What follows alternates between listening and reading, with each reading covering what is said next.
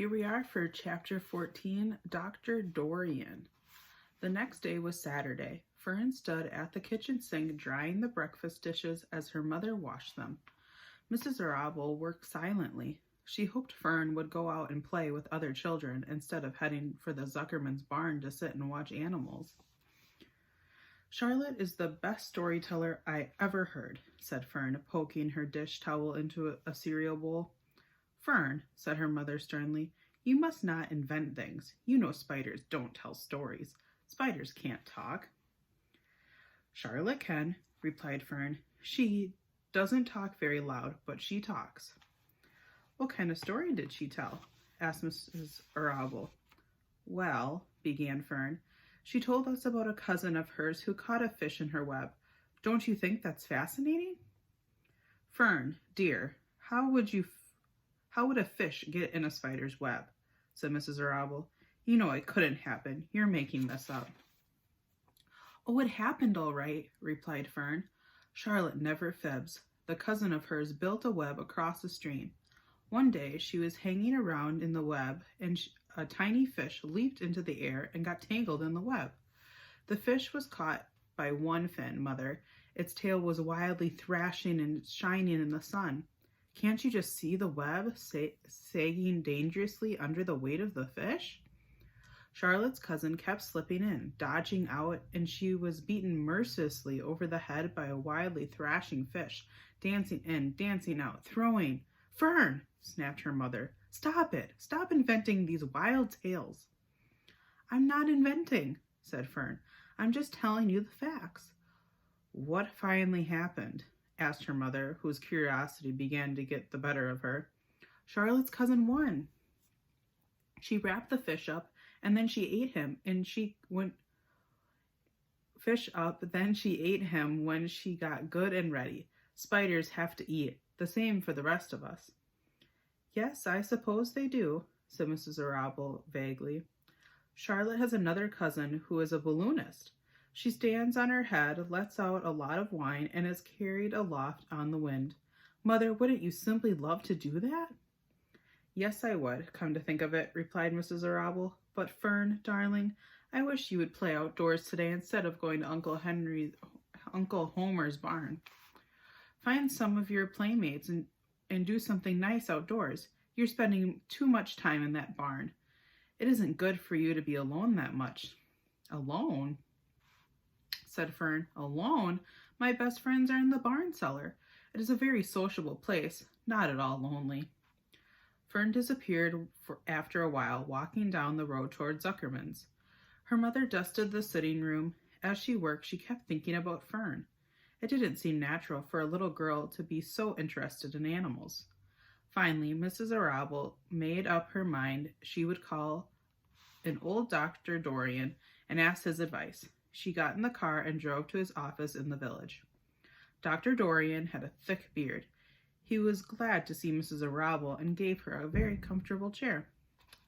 "It's about Fern," she explained. "Fern spends entirely too much time in the Zuckerman's barn. It doesn't seem normal.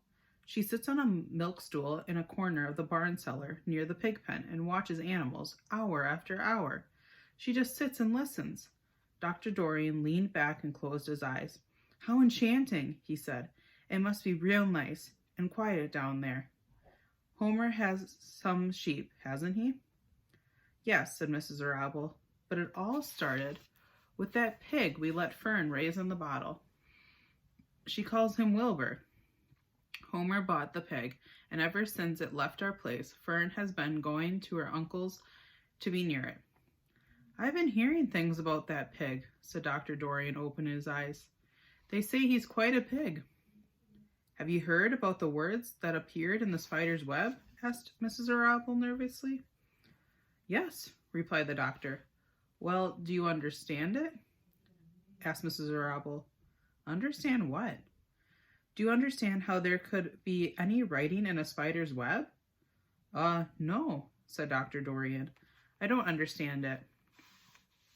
But for that matter, I don't understand how a spider learned to spin a web in the first place.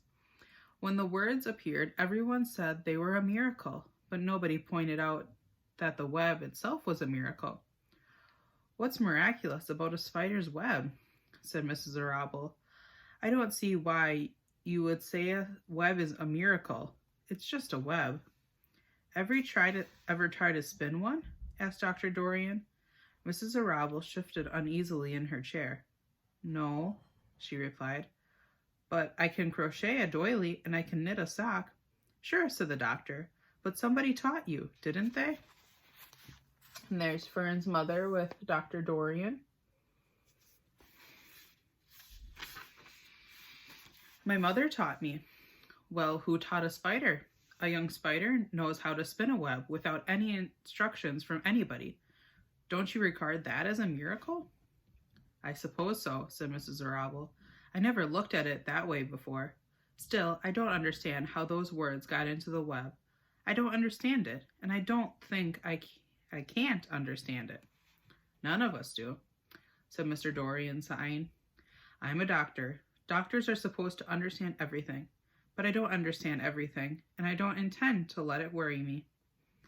Mrs. Arable fidgeted. Fern says the animals talk to each other. Dr. Dorian, do you believe animals talk? I never heard one say anything, he replied, but that proves nothing. It is quite possible that an animal has spoken civilly to me and that I didn't catch the remark because I wasn't paying attention. Children pay better attention than grown-ups. If Fern says that the animals in Zuckerman's barn talk, I'm quite ready to believe her. Perhaps if people talked less, animals would talk more. People are insistent talkers. I can give you my word on that. Well, I feel better about Fern, said Mrs. Arable. You don't think I need to worry about her? Does she look well? Asked the doctor. Oh, yes. Appetite good?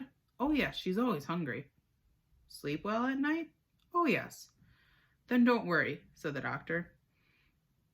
Do you think she'll ever start thinking about something besides pigs and sheep and geese and spiders? How old is Fern? She's 8. Well, said Dr. Dorian, I think she will always love animals, but I doubt that she spends an entire life in Homer Zuckerman's barn cellar. How about boys? Does she know any boys? She knows Henry Fussy, said Mrs. Arable brightly. Dr. Dorian closed his eyes again and went in deep thought. Henry Fussy, he mumbled. Remarkable. Well, I don't think you have anything to worry about. Let Fern associate with her friends in the barn if she wants to. I would say, offhand, that spiders and pigs were fully as interesting as Henry Fussy. Yet I predict that the day will come when even Henry will drop some chance remark that catches Fern's attention. It's amazing how children change from year to year. How's Avery? He asked, opening his eyes wide. Oh, Avery, chuckled Mrs. Arable. Avery is always fine. Of course, he gets into poison ivy and gets stung by wasps and bees and brings frogs and snakes home and breaks everything he lays his eyes on. He's fine. Good, said the doctor. Mrs. Arable said goodbye and thanked Dr. Dorian very much for his advice. She felt greatly relieved. That's the end of chapter 14.